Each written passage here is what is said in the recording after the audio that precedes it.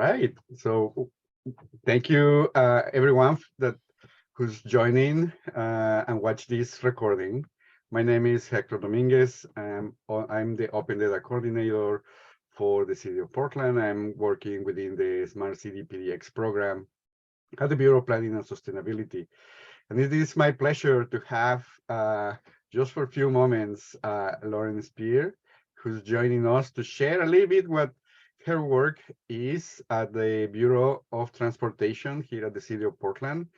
We are going to have a short conversation about that, learn a bit about how Pivot uses and manages data, how Pivot publishes, releases data in general, and how people in the public or within the city can actually access that information.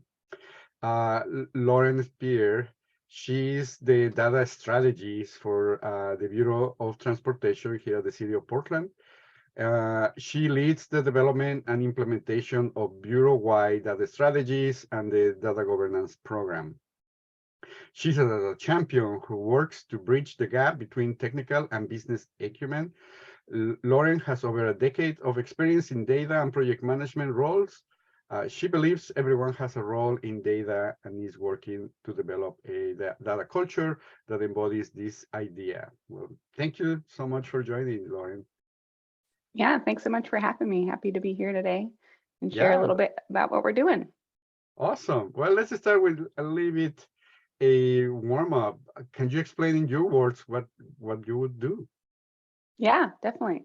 So like you said, I'm the data strategist. So the way that we kind of look at our program within PBOT, data services, it kind of breaks down into three areas. So the top one being our data strategy. So what data do we have? How do we use it? What data do we need?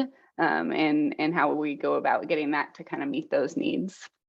And then underneath that, we kind of have two arms, one of it being data governance. So that's more of the people side of data, if you will. So we have a PBOT data governance committee, and it's more about, the processes, procedures, and standards around managing data. And then on the other side of it is the data management piece of it. So that's actually, putting that work into action and managing data and implementing the work that we put forth through the data governance committee. So kind of all three of those pieces is what we manage in my role through our data services program and trying to kind of make PBOT more data driven and making better decisions with our data. Yeah, People is a very big organization. It's so diverse also in the sense of all the services and work that the Bureau is actually doing throughout the city.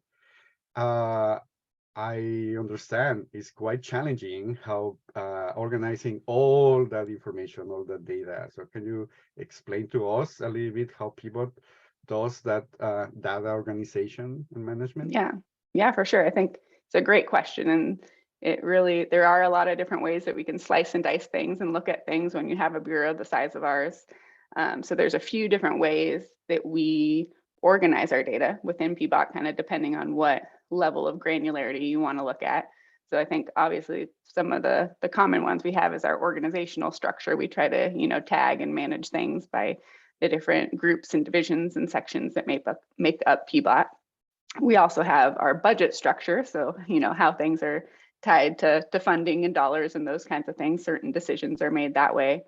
And then one of the main ones that we use is data domains. And so we have these, high level categories of data for the purpose of assigning accountability and responsibility for that data. And we have data stewards across the different levels of the Bureau that are responsible then for managing the quality and the use and maintaining that data. And so one of the areas that we've really been focusing on is data documentation and value. And that's really where we get into how we organize it and how we manage it, understanding what data we have, how it's used, who's responsible for it.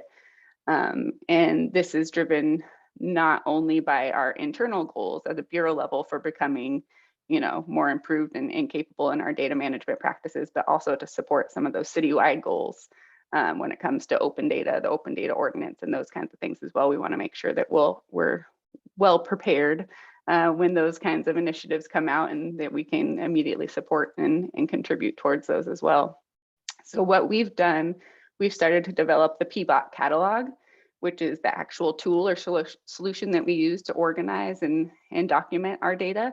So using metadata, we tag and catalog all of our PBOT data assets in this tool, and this allows us to, our PBOT staff to discover data resources. They can evaluate the fitness for their uses, and it really enables those data governance practices. So it's that key foundational work and solution for us to be able to classify our data and organize it in a way that can be readily discoverable and shareable, but then also kind of balancing that with privacy and other factors that we want to make sure that we're managing our data in a responsible way. Wow, yeah, thank you so much. I know that there is a lot of work and many people involved in that, right? Mm-hmm. Yeah, can you, so when sometimes we find people who approach to our program is asking, well, I see a camera there, traffic camera, or I see a parking ticket. I go and park, and I go to the app, the Kitty, how's it called? Kitty app? Parking Kitty, yeah. Parking Kitty. Parking Kitty, thank you. I have it, but I forgot. Mm-hmm. And there's so many ways in which the Bureau of Transportation actually collects information, right? Can you tell us a little bit about that? Because I'm sure those are not the only ways in which the Bureau collects data. Yeah, for sure. Yeah, I think you mentioned a few of the ones out there that people can see, and if they're out in the right of way, if they're on the street. But there's a lot of other work behind the scenes that all of our groups are working on. We have everything from maintenance and operations to engineering, traffic systems and parking, like you mentioned. But we also have a really great group in our policy planning and projects that are always working with other jurisdictional partners, sharing information and data that way. They do a lot of community outreach through some of our, Safe Routes to School program and other areas there. So we have, just a number of different ways that we collect data and methods that we use to support this work. We have, surveys and community engagement, like I mentioned, that we can gather information from the public to help support and inform our programs. We have information on our website. People can go fill out forms, and a lot of that information comes to us through 311 and our partners there, which is also a really great partnership and some improvements that we've been making there over the years, which we are really happy about.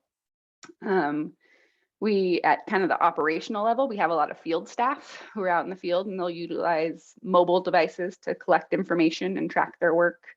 It really helps us with planning, performance analysis, those kinds of things. A lot of times this might be a GIS solution, so map-based solutions and things that they have on iPads or other field devices that they can go out and see what are all the assets that we have along the street, all the line markings, all the traffic signs, all that kind of really important stuff that you might not notice as you're going down the street, but all that is supported and maintained by our maintenance and operations team, and a lot of work and planning goes into that. We also we rely on technology and sensors in the right of way that will collect information from traffic counts. You'll see sometimes those tubes going across the roadway that can then count the different vehicles or different modes of traffic that cross them. So those tubes, why they might look a little bit confusing out there in the street, they can actually tell you what type of vehicle crossed it, what speed they were traveling, all sorts of really important information that we use to inform our work. We also have our streetcars and aerial tram that are also managed by PBOT, and those collect information on ridership, on streetcar performance and maintenance condition information, all sorts of really great stuff. So it's just really mind-boggling the amount of work that our bureau does and the different approaches we take to collecting and managing data. And I think that we're always looking for new and improved ways to collect information. I think it's really important to remember that in resource constrained environments and in kind of some of the challenges that we have, that we're always looking for ways that we can be smarter, more efficient in the work that we do. And a lot of that comes down to how we collect data, how we manage our work. And so again, it's always that balancing act between, how can we take advantage of new technologies as they come up, and then also how can we make sure that we're considering, impacts to people and privacy and data ethics and making responsible investments.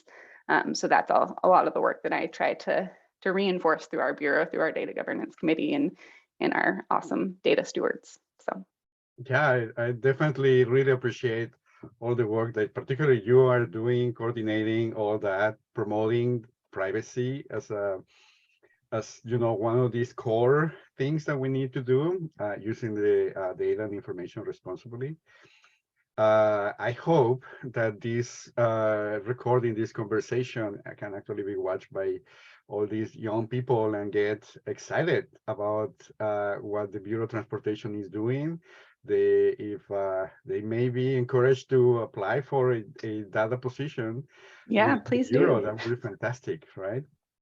So we're going to be closing this conversation. You already talked about how the Bureau is using or is trying to use data responsibly. I wonder if you would like to add something around that. Yeah, definitely. I think, all the reasons I've mentioned, I think it's evident that data is essential for a transportation agency, and we rely on data and information to support our programs, to make decisions, to manage and plan our work, to monitor our performance, all things that are just very important. Our Bureau strategic plan moving to our future calls for optimized data collection, data use, data accessibility. So these are all things that are really important to our staff, to our leadership. And so we want to make sure that we are putting the processes into place to enable us to be data driven. I think that's the tagline that gets thrown around a lot. And there's just a whole bunch of work that goes into that. And so I think the work that we've been moving forward through our PBOT Data Governance Committee, we're really working on some strategies for short-term and long-term success, and really trying to start moving forward some of our data management capabilities. So within the past year, PBOT's Data Governance Committee, we completed our first data management maturity assessment. So really getting an understanding, and I think it's an educational process too for a lot of folks who, I always say that everyone has a role in data, but that doesn't necessarily mean that everyone's a data expert. And so it's all about educating people, and so they can get understand and kind of start making those connections to the work that they do and what their responsibilities for data are. And so that's really what we've been focusing on with our group and our team, is to really, bring forward and educate people on what their responsibilities are, and then make a plan for how we can start making some improvements. And right now, I'd say that our practices are still developing, but we have a roadmap. We have some plans to make those targeted improvements. And these areas really just utilize the philosophy of continuous improvement. And that's what we're trying to do. Well, wow, this is fantastic, and I really appreciate your time sharing all these. There is something else that you would like to share to everybody who's watching this video, and one final question: where people can find more information about what PBOT's doing on data practices? Yeah, definitely. Well, I thank you so much for the opportunity to come today and share a little bit. And happy Open Data Day to everyone, or belated. We can celebrate all month. I think great places to learn more about what we're doing. Check out our website, portland.gov/transportation. Lots of great information there about all of our programs, our projects, our data practices. We really strive to incorporate our data practices into our work throughout its life cycle. So you should see our data practices reflected in our program information on the website. You'll also see these, in our interactions with community at community events. And we're always actively looking for ways that we can be more transparent in our data practices, and adopting new policies, utilizing open data portals, all that kind of stuff. And so we're really trying to make sure that we're on the leading edge with that at PBOT, so that we can contribute more towards these citywide efforts and regional efforts as well for sharing data, and kind of educating the public on the powers and challenges that come along with data. So Fantastic. Well, thank you, Lauren, again. And we're going to attach some of those links to the description of this video, and I appreciate your time.